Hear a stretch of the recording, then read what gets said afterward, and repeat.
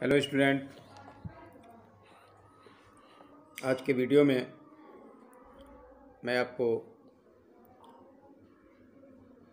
Plantae kingdom, animalia के बारे में तथा वायरस, वायराइड एवं प्रियांस के बारे में बताएंगे। बच्चे, इसके पूर्व के वीडियो में मैंने आपको कवक या फंगी किंगडम के बारे में बताया था। इसके बाद प्लांटी किंगडम के बारे में आपको बताना है कि प्लांटी किंगडम में कौन कौन से किस तरह के पौधे आ सकते हैं। बच्चे, प्लांटी किंगडम को इकलर एक वैज्ञानिक थे, इकलर ने वर्गीकृत किया था, जिसमें उन्होंने जो प्लांटी किंगडम है उसको दो उप जगत में वर्गीकृत किया, जिन्हें हम क्रिप्टोगेमिया तथा फेनरोगेमिया कहते हैं। क्रिप्टोगेमिया तथा फेनरोगेमिया ये दो सब किंगडम में डिवाइड किया गया पौधे में पुष्प तथा पुष्प के आधार पे। ऐसे पौधे पुष्प नहीं लगते हैं, बिना पुष्पी पौधे होते हैं, उसमें बीज नहीं बनते हैं, उनको हम क्रिप्टोगेम्स कहते हैं। वो क्रिप्टोगेमिया अथवा अपुष्पोद्भिद पौधों के अंतर्गत आते हैं। और ऐसे पौधे जिनमें पुष्प बनते हैं, पुष्प के साथ उनके बीज बनते हैं, उनको हम फेनरोगेमिया के अंतर्गत रखते हैं। पुनः क्रिप्टोगेमिया को फिर हम 3 फाइलम में वर्गीकृत करते हैं या डिवीजन में वर्गीकृत करते हैं, जिसको प्रभाग कहते हैं। बच्चे, डिवीजन या प्रभाग। इन प्रभागों में जो क्रिप्टोगेमिया है, क्रिप्टोगेमिया में थैलोफाइटा, ब्रायोफाइटा तथा टेरिडोफाइटा के पौधे आते हैं। थैलोफाइट्स क्या होते हैं? थैलोफाइट्स ऐसे पौधे होते हैं जिसमें जड़, पत्ती तथा तना नहीं होता, पूरी शरीर सुकाय होती है, थैलस के समान होती है। No distribution between of plants in leaves, stem और रूट्स। इसमें जड़, पत्ती तथा तना नहीं होता है, तो ऐसे पौधे थैलोफाइट्स के अंतर्गत आते हैं। और इसमें मैंने आपको बताया भी था कि थैलोफाइट्स में ये शैवाल आते हैं, लाइकेन आते हैं। और ब्रायोफाइटा में ऐसे पौधे आते हैं कि जो पौधे जैसे होते हैं परंतु उसमें जड़, पत्ती तथा तना की मूल संरचना जो होती है वो नहीं होती। अर्थात ब्रायोफाइटा ऐसे पौधे हैं जिसमें जड़, पत्ती तथा तना जैसी संरचना होती है, लेकिन वास्तव में जड़, पत्ती तथा तना नहीं होता, तो उसको हम कहते हैं थैलोफाइट्स। ये ब्रायोफाइट्स। तो ब्रायोफाइट्स में जड़, पत्ती तथा तना जैसी संरचना होती तो है, लेकिन उसमें संवहन मंडल विकसित नहीं होते, स्टिलर सिस्टम विकसित नहीं होता, जाइलम फ्लोएम नहीं होते हैं। तो इस तरह के जो पौधे हैं, जैसे मास फ्यूनेरिया जिसको कहते हैं आप, ये जो पौधे हैं, रिक्शिया, मार्केंसिया, ये सभी पौधे ये ब्रायोफाइटा ग्रुप के पौधे हैं। ऐसे ही जो टेरिडोफाइट है, टेरिडोफाइटा ग्रुप के पौधों में फर्न आते हैं। ऐसे पौधे कि जिसमें जड़, पत्ती तथा तना होती है, लेकिन उनमें भी बीज नहीं लगते, फल फूल नहीं बनते हैं, लेकिन एक विशेषता इसकी है कि इसमें स्टीलर सिस्टम विकसित होता है, माने जाइलम फ्लोएम विकसित होते हैं। तो इस तरह से जो आपका क्रिप्टोगेम्स है उसको 3 डिवीजन में बांटा गया, थैलोफाइटा, ब्रायोफाइटा और टेरिडोफाइटा। जो फेनरोगेमिया है अर्थात जो पुष्पी पौधे हैं, उसको इकलर ने फिर 2 डिवीजन में वर्गीकृत किया। एक को हम कहते हैं जिम्नोस्पर्म और दूसरे को एंजियोस्पर्म। तो जो जिम्नोस्पर्म होता है उसमें साइकस और पाइनस के पौधे आते हैं। ये बड़े पौधे होते हैं, लेकिन इनमें भी पुष्प तो नहीं लगते, लेकिन बीज बनते हैं, कोन बनते हैं, मेल कोन और फीमेल कोन बनते हैं। फिर इसमें बीज बनते हैं, इनके बीज नेकेड होते हैं, इस पर फलवित से ढके नहीं होते। जबकि जो एंजियोस्पर्म ग्रुप के पौधे हैं उनमें पुष्प लगते हैं, बीज बनते हैं, फल बनते हैं और इनके बीज फल भित्ति से ढके होते हैं, उनको एंजियोस्पर्म कहते हैं। तो जिम्नोस्पर्म में साइकस और पाइनस चीड़, देवदार आदि पौधे आते हैं। और जिम्नोस्पर्म इसमें एंजियोस्पर्म में सभी पुष्पी पादप जितने आते हैं, सरसों, गुड़हल, गुलाब, आम, साखू, सागौन, ये सभी जो पेड़ हैं ये सब एंजियोस्पर्मिक प्लांट हैं, ये पुष्पी पादप हैं। तो इस तरह से हम देखते हैं बच्चे कि जो प्लांटी किंगडम है ये ब्रॉड क्षेत्र इसका है, जिसमें थैलोफाइटा, ब्रायोफाइटा, टेरिडोफाइटा, जिम्नोस्पर्म और एंजियोस्पर्म ग्रुप के पौधे हैं। इनके बारे में आप अगला वीडियो है, मतलब जो एनसीईआरटी का आपका नेक्स्ट चैप्टर है प्लांट किंगडम, अलग से आप एक पार्ट के रूप में उसको पढ़ेंगे।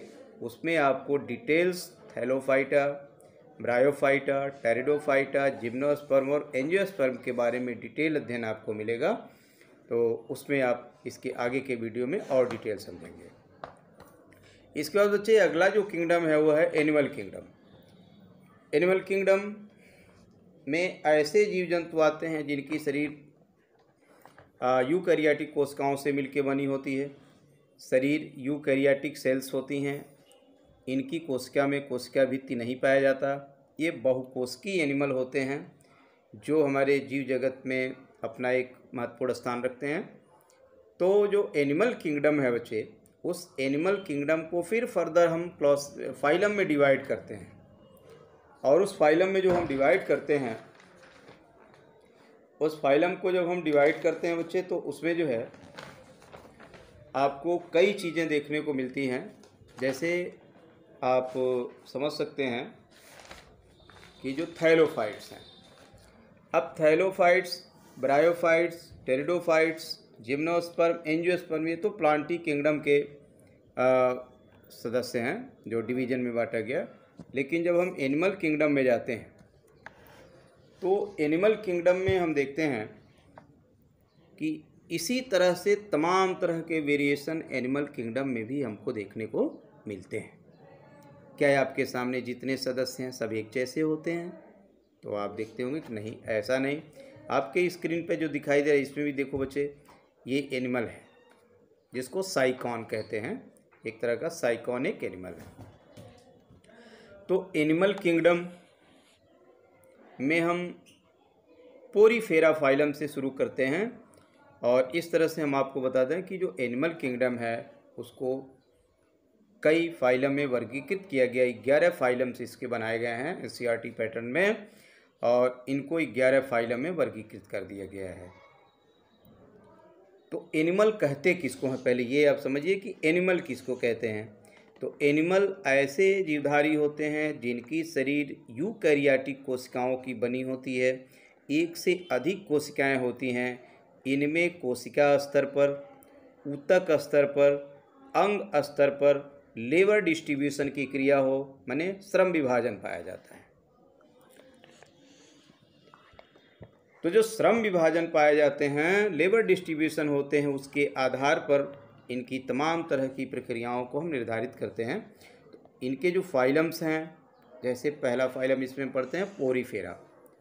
पोरीफेरा में ऐसे जीव जंतु आते हैं जिनकी शरीर छिद्रयुक्त होती है, जिसमें साइकॉन है, लिकोस्लोनिया है, स्पंज है, ये सभी हैं। पोरीफेरा के बाद बच्चे दूसरा फाइलम इसका, उसको सीलेंट्रेटा कहते हैं, सीलेंट्रेटा या नाइडेरिया कहते हैं। और नाइडेरिया में आप तमाम तरह के, जैसे हाइड्रा को पढ़ते हो, हाइड्रा है, जेलीफिश है, ये सभी सीलेंट्रेटा के सदस्य होते हैं। सीलेंट्रेटा के बाद हम एक और सदस्य पढ़ते हैं, टोनोफोर। टोनोफोर भी एक तरह के एनिमल्स होते हैं। और इसके बाद अगला जो फाइलम होता है वो प्लेटीहेल्मिन्थीज का होता है, जिसमें टिनिया सोलियम, फैसियोला हिपेटिका ये सभी आते हैं। टिनिया सोलियम आदि जितने भी कृमि रूप के सदस्य होते हैं वो प्लेटीहेल्मिन्थीज के सदस्य हैं। प्लेटीहेल्मिन्थीज के बाद हम निमेटोड्स को पढ़ते हैं। निमेटोड्स को एस्केहेल्मिन्थीज भी कहते हैं। इसमें गोल कृमि आते हैं, जिसके एस्केरिस है।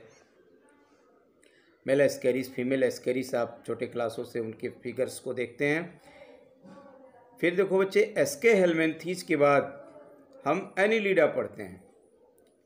एनिलिडा केचुआ का सदस्य है, जो भारतीय केचुआ जिसको कहते हैं आप, तो एनिलिडा फाइलम आता है। एनिलिडा फाइलम में केचुआ, जोंक, हिरुडिनेरिया जिसको कहते हैं, ये सभी इसके सदस्य होते हैं और इनके तमाम तरह के करैक्टरिस्टिक विशेषताएं हैं जिनको हम अगले चैप्टर में आपको बताएंगे। इसके बाद एनिलिडा फाइलम के बाद हम अगला जो फाइलम पढ़ते हैं वो आर्थ्रोपोडा पढ़ते हैं। आर्थ्रोपोडा इनको क्यों कहते हैं? क्योंकि इनकी शरीर में जो पैर होते हैं इनके, वो खंडयुक्त होते हैं, आर्थ्रोपोडा होते हैं, माने खंडयुक्त पैरों से इनकी शरीर बनी है। और ये काइटिन की बनी हुई इनकी बाह्य त्वचा होती है जो काइटिन की से निर्मित होती है।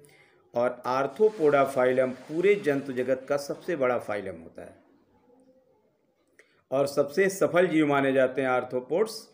आर्थ्रोपोडा के बाद हम मोलस्का को पढ़ते हैं, जिसमें कोमल शरीर वाले जीव जंतु आते हैं, जैसे ऑक्टोपस है, पाइला है, यूनियो है, ये सभी आते हैं। इसके बाद मोलस्का के बाद हम इकाइनोडर्मेटा पढ़ते हैं, जिसमें कंटक युक्त एनिमल आते हैं, जैसे स्टारफिश है, इकाइनस है, ठीक है। तो ये सभी जो हैं वो इकाइनोडर्म्स होते हैं, इकाइनोडर्मेटा में आते हैं। इकाइनोडर्मेटा के बाद बच्चे अगला जो फाइलम हमारा आता है उसको आप हेमिकॉर्डेटा कहते हो, जो अल्प विकसित कॉर्डेट होते हैं। और हेमिकॉर्डेटा के बाद तब नंबर आता है कॉर्डेटा का, जिसमें आप हम सभी सदस्य हैं। जितने भी कॉर्डेट्स एनिमल होते हैं जिसमें नोटोकॉर्ड पाया जाता है, मनुष्य हो गया, मछलियाँ हो गई, पक्षियाँ हो गई, सरीसृप हो गए, उभयचर हो गए, ये जितने एनिमल्स हैं ये सभी के सभी कॉर्डेटा फाइलम के सदस्य हैं। तो इस तरह से हम देखते हैं कि जो एनिमल किंगडम है वो भी ब्रॉड क्षेत्र होता है, जिसमें 11 फाइलम्स आते हैं। और इतने फाइलम्स के अंतर्गत आप जब जंतु जगत अगला नेक्स्ट चैप्टर पढ़ेंगे तो उसमें आपको प्रत्येक फाइलम के बारे में डिटेल जानकारी दी जाएगी। उसके बाद बच्चे जो आपका एनसीईआरटी का सेकंड लेसन है उसके लास्ट में दिया है एक शब्द है वायरस, वायराइड तथा प्रियांस। बच्चे वायरस, वायराइड तथा प्रियांस क्या हैं? वायरस के बारे में आप बार बार सुनते हैं कि वायरस क्या है, तो मैं आपको बता दूं कि वायरस अथवा विषाणु एक ऐसे कण है जो सजीवों की भांति व्यवहार तब करते हैं जब वो किसी जीवित कोशिका में प्रवेश करते हैं। यदि वो किसी जीवित कोशिका में प्रवेश नहीं किए तो फिर वो निर्जीवों की भांति कितने दिनों तक बाहर पड़े रहते हैं।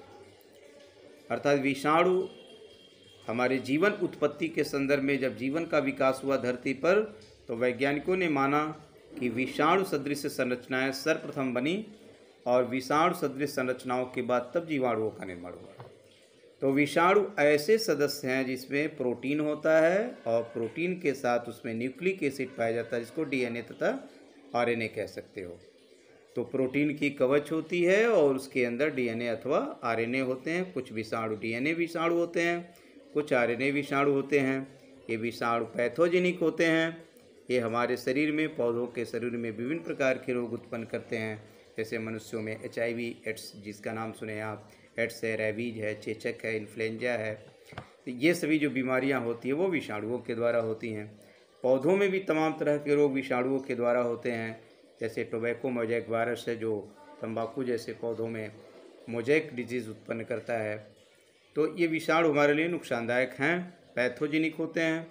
और विषाणु न तो सजीव हैं ना निर्जीव हैं, सजीव तथा निर्जीव के बीच की संयोजी कड़ी इनको कहते हैं। क्योंकि ये कनेक्टिव एलिमेंट इसलिए कहते हैं क्योंकि बाहर होते तो निर्जीव अवस्था में होते हैं और जैसे ही कोई जीवित कोशिका इनको मिलती है, इनका जो न्यूक्लिक एसिड है वो अपना प्रचुरोद्भवन की क्रिया प्रारंभ कर देता है। तो ये विषाणु होते हैं। अब वायराइड्स और प्रियांस क्या हैं? ये छोटे छोटे टर्म्स है बच्चे। वायराइड्स की खोज टियोडाइनर नामक वैज्ञानिक ने किया था और वायराइड ऐसे नग्न आरएनए के कण होते हैं जो बीमारी उत्पन्न करते हैं। आप पूछा जा सकता है कि वायराइड्स क्या हैं, तो आप कहेंगे आरएनए के नग्न कण हैं, अर्थात इनके चारों तरफ प्रोटीन की कवच नहीं होती। ये सूक्ष्म आरएनए पार्टिकल्स होते हैं जो पैथोजेनिक होते हैं और तमाम तरह की बीमारियां उत्पन्न करते हैं मनुष्यों में, पशुओं में, और फिर जो है आपके इसमें पेड़ पौधों में भी क्रिएट करते हैं। और ऐसे जो प्रियांस हैं, ये प्रियांस छोटे छोटे प्रोटीन के कण होते हैं जो पैथोजेनिक होते हैं, बीमारी उत्पन्न करते हैं।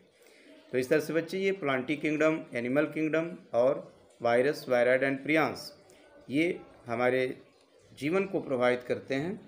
और नेक्स्ट वीडियो में हम आपको प्लांटी किंगडम या पादप जगत के बारे में डिटेल अध्ययन देंगे, जो एनसीईआरटी पैटर्न का नेक्स्ट चैप्टर है। इसको आप समझेंगे, पढ़ेंगे। Thank you.